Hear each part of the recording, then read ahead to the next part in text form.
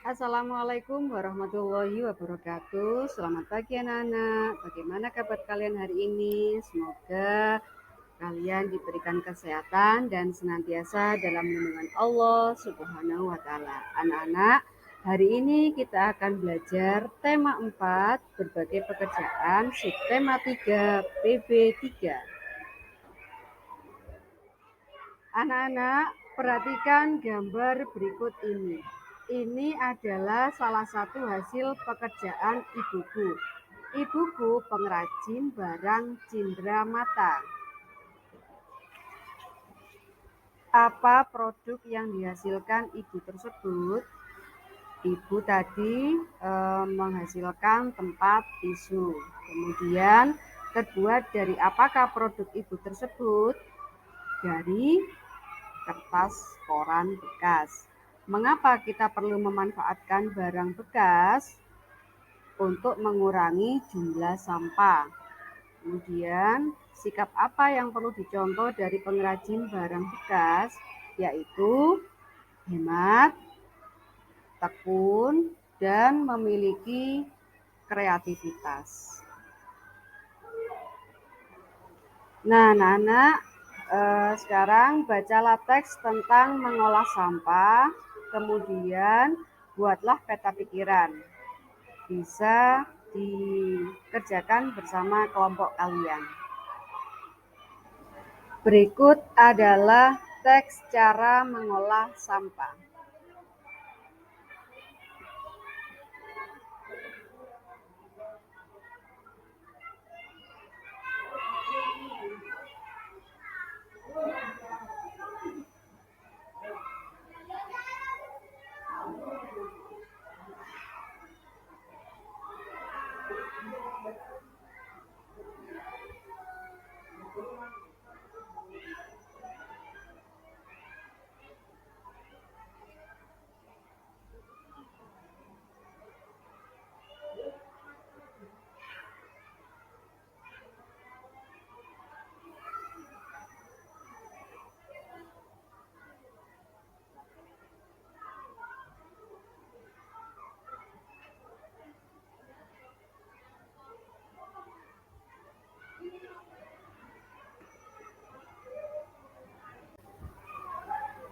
Anak-anak, coba simak video berikut, kemudian perbaiki LKPD kalian.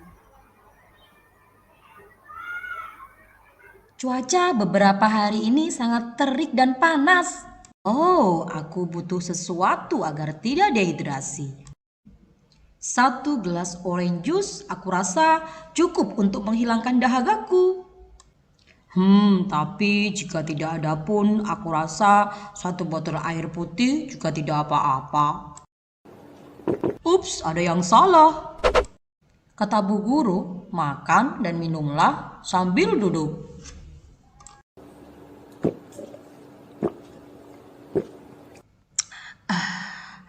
Alhamdulillah. Eits, no, kenapa dia buang sampah sembarangan? 1 sampah, 2, 3, 4, 5 dan seterusnya sampai sampah menumpuk setinggi gunung. Oh, gunung? Apa hubungannya dengan gunung? Bukan gunung, tapi kita sedang membahas tentang sampah. Dan ini menjadi masalah gawat. Jika tidak ditangani dengan segera, bisa jadi dunia tempat kita tinggal akan tertumpuk banyak sampah. Lalu, apa yang bisa kita lakukan? Nah, pada materi kali ini kita akan belajar tentang pengelolaan sampah. Banyak cara untuk memanfaatkan barang-barang bekas atau sampah menjadi barang-barang yang berguna. Misalnya sampah botol plastik yang tadi kita pakai bisa kita gunakan untuk pot tanaman. Barang-barang bekas dan sampah tersebut dapat kita olah dengan cara 4R. Reuse, reduce, recycle, dan replace. Reuse berarti menggunakan kembali sampah yang masih dapat digunakan untuk fungsi yang sama atau fungsi yang berbeda. Contohnya, menggunakan kaleng bekas cat untuk dijadikan pot tanaman. Kaleng cat yang awalnya untuk tempat cat kita alihfungsikan menjadi pot tanaman. Fungsinya sudah berbeda, tapi barangnya masih sama. Contoh lain, menggunakan koran bekas untuk dijadikan sampul buku. Fungsinya sudah berbeda. Koran yang awalnya kita untuk baca sekarang beralih fungsi untuk dijadikan sampul buku. Selanjutnya, reuse berarti mengurangi potensi benda yang telah digunakan menjadi sampah. Sampah yang dibuang ke lingkungan harus sedikit mungkin. Contohnya, membawa air minum dalam botol minum sendiri daripada membeli air minum dalam kemasan. Botol minum air kemasan hanya bisa dipakai sekali saja, setelah itu dibuang, dan itu akan menyebabkan sampah menumpuk. Sedangkan botol minum isi ulang bisa kita gunakan berkali-kali. Hal ini akan mengurangi sampah plastik. Yang ketiga adalah recycle, berarti mengolah kembali sampah menjadi barang atau produk baru. Misalnya, mengolah sampah organik menjadi pupuk kompos. Pupuk kompos merupakan produk baru yang berbeda sekali dari sampah organik. Nah, inilah yang dinamakan recycle. Dan yang keempat adalah replace, yang berarti mengganti benda yang biasa digunakan dengan benda yang ramah lingkungan. Contohnya, memilih menggunakan sapu tangan daripada tisu. Hal ini dikarenakan sapu tangan dapat dicuci dan digunakan kembali. Nah, ini dia penjelasan singkat tentang reuse, recycle, and replace. Kalau kalian sudah pernah melakukan yang mana? Yuk lebih peduli lagi dengan lingkungan kita, terutama masalah sampah. Mulailah dari diri sendiri. Anak-anak, dari video tersebut dapat kita simpulkan bahwa prinsip mengelola sampah ada 4 R, yaitu yang pertama reduce. Reduce adalah mengurangi. Sebisa mungkin kita mengurangi penggunaan kemasan barang. Kemudian yang kedua ada replace. Replace yaitu mengganti. Gantilah barang-barang yang bisa dipakai sekali dengan barang yang lebih tahan lama. Kemudian yang ketiga ada reuse. Reuse itu memakai kembali. Sebisa mungkin pilihlah barang yang bisa dipakai kembali. Kemudian yang keempat ada recycle. Recycle yaitu mendaur ulang. Sebisa mungkin barang-barang yang sudah tidak berguna bisa didaur ulang dan menjadi barang baru.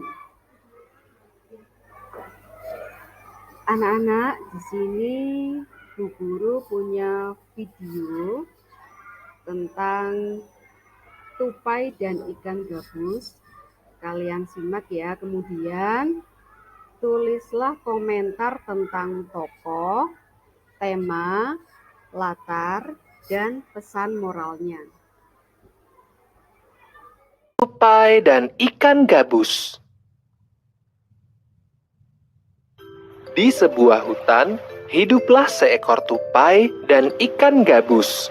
Meskipun berbeda alam, keduanya merupakan sahabat dekat.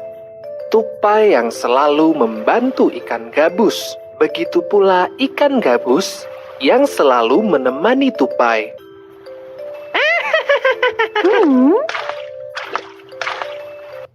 Namun, suatu hari, ia melihat temannya di hilir sungai dan ada seekor ikan hiu besar tengah mengincarnya.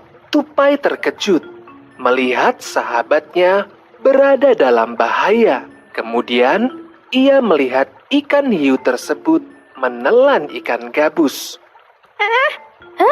Wah! Tupai terkejut antara takut dan merasa kehilangan. Tupai kemudian mencari akal untuk menyelamatkan sahabatnya tersebut. Ia menggigiti sebuah kelapa hingga berlubang.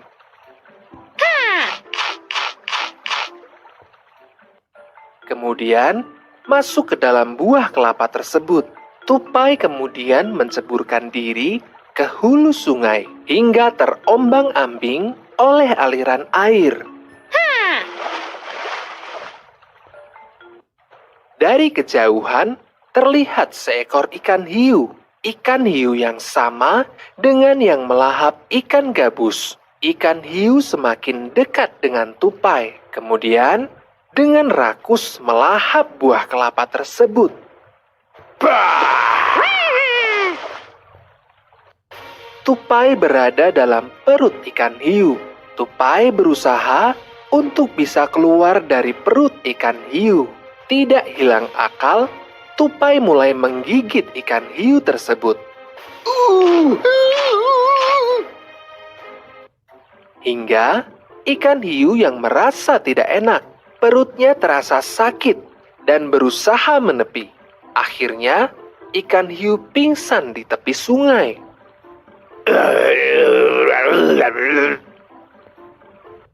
Tupai dan ikan gabus keluar dari perut ikan hiu melalui mulut. Keduanya keluar dengan selamat dari mulut ikan hiu.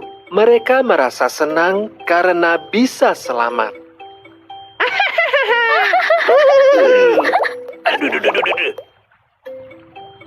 Nasihat dari cerita ini adalah, sahabat sejati akan selalu menolong temannya yang membutuhkan bantuan, meskipun muncul rasa takut yang begitu besar. Anak-anak, setelah kalian melihat video dongeng tentang tupai dan ikan gabus, pesan moral yang kita dapatkan dari dongeng tadi adalah sahabat sejati akan selalu menolong temannya yang membutuhkan bantuan meskipun muncul rasa takut yang begitu besar.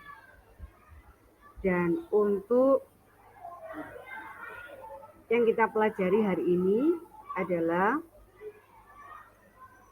kita mempelajari prinsip 4R dalam mengolah sampah. Kemudian yang kedua, mengomentari isi dongeng tupai dan ikan gabus. Baiklah anak-anak, itu tadi pelajaran hari ini. Sampai jumpa di pertemuan berikutnya. Ibu akhiri. Wassalamualaikum warahmatullahi wabarakatuh.